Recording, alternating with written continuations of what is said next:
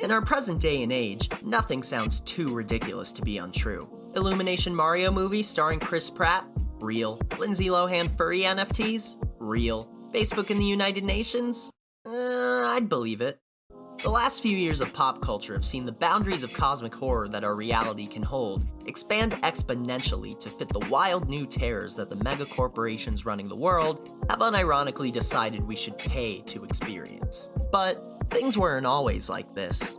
One of the most challenging parts of lost media research is that sometimes you not only have to struggle to prove that something exists in a consumable, viewable state, but also to prove that it exists at all. For a long time, this was the case with a film whose premise and low-scale release led many to believe it was nothing but an elaborate hoax. On today's Lost Media Monday, we're talking about a film that seems tame by today's standards, but was so unbelievable at the time people became aware of it that there was debate on whether or not the film ever even existed. Spoiler alert, it totally did. Today, we're talking about the 1974 gay pornographic film Him, centering on a man's obsession with Jesus Christ and the alleged son of God's many, many homoerotic affairs. Don't forget to like, subscribe, comment with other lost media you'd like to see me cover, and tell your local representative that churches should be taxed.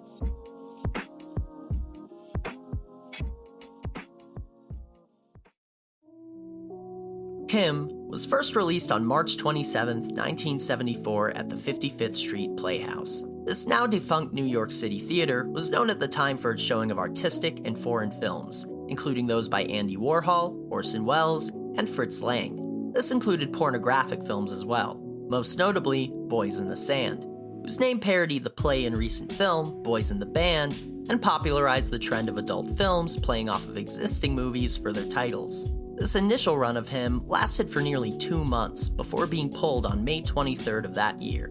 It would return to the screen for additional showings at the Playhouse in December of 1974 and January of 1976. Despite multiple runs at the 55th Street Playhouse, very little information about the film was ever cataloged or preserved. The director, Ed D. Louis, is presumed to be a pseudonym, and the film's all-male cast was never identified at the time of release. It wouldn't be until 2012, nearly 40 years after the film's debut, that the actor of Jesus would be revealed as New York muralist Gustav von Will, known professionally as Tava. This information was provided by his former partner, Vinnie Perillo, after seeing an article about the film online. Tava himself died from AIDS complications in 1991, but a photo of him in the role of Jesus was provided to confirm his involvement.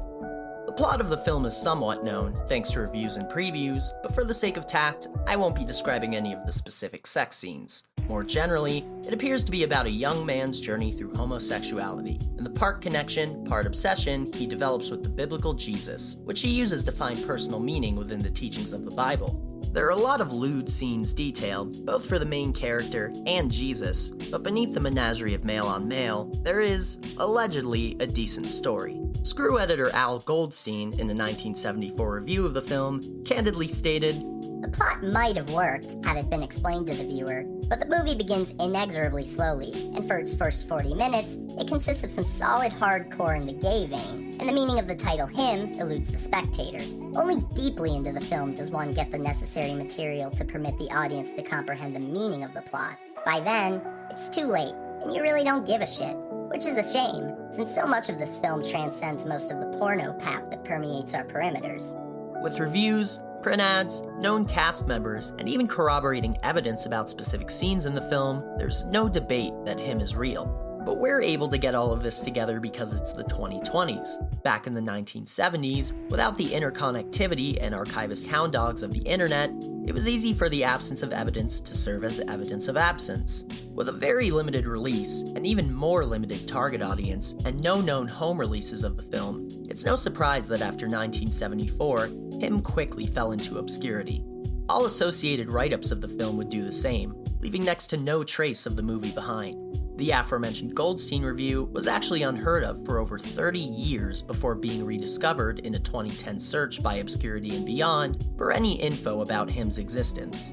However, in 1980, the film would find a boost in awareness, thanks not to the film itself, but a review of it, mentioned in a big book of reviews that finally brought Him face to face with casual audiences.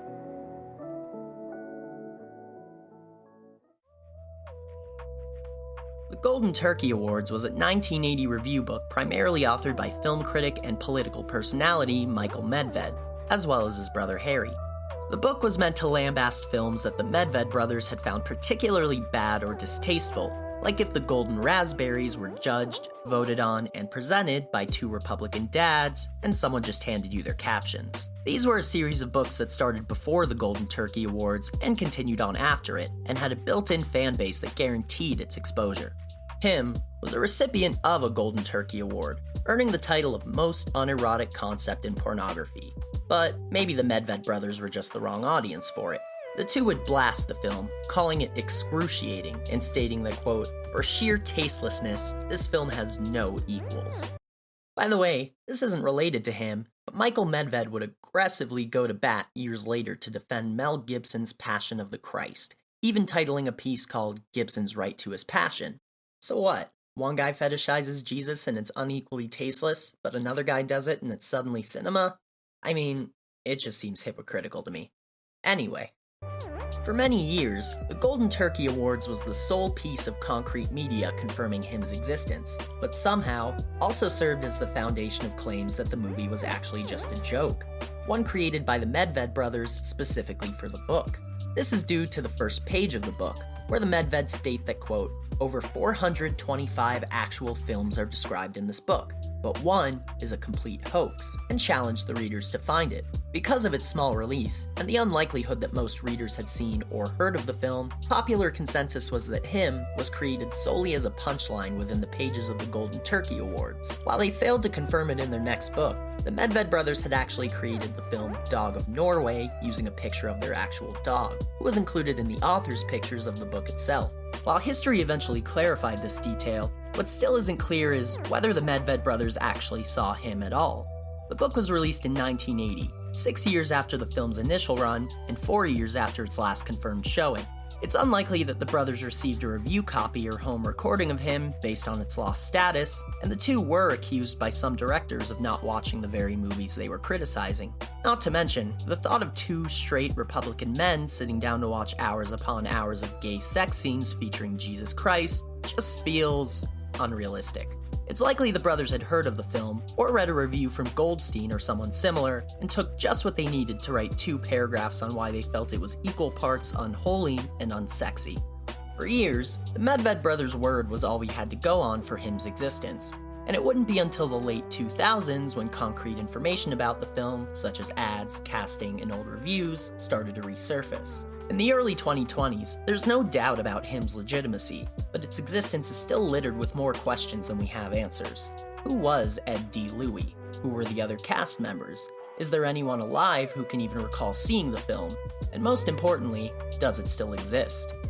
There's some who say Him is better off lost, but those people are objectively wrong.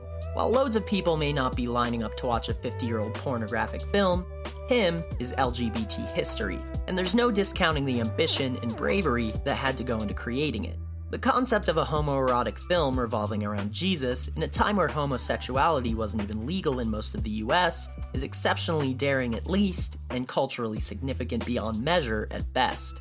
While the reality of the movie probably falls more toward the former than the latter, Him still managed to find its niche in history, as both a fun footnote in gay cinema and a very interesting, very individual piece of lost media. Hey guys, thanks for watching. Him is a wild story with plenty more to discover, and I hope you found the info interesting. If you want to see more videos focusing on lost media, or histories of media production in general, check out my channel. I make all these videos myself, and all I can really hope for is that you have fun watching them. I guess this is the part where I'm supposed to tell you to like and subscribe, but you'll do what you want. Anyway, thanks again, have a great day, peace out.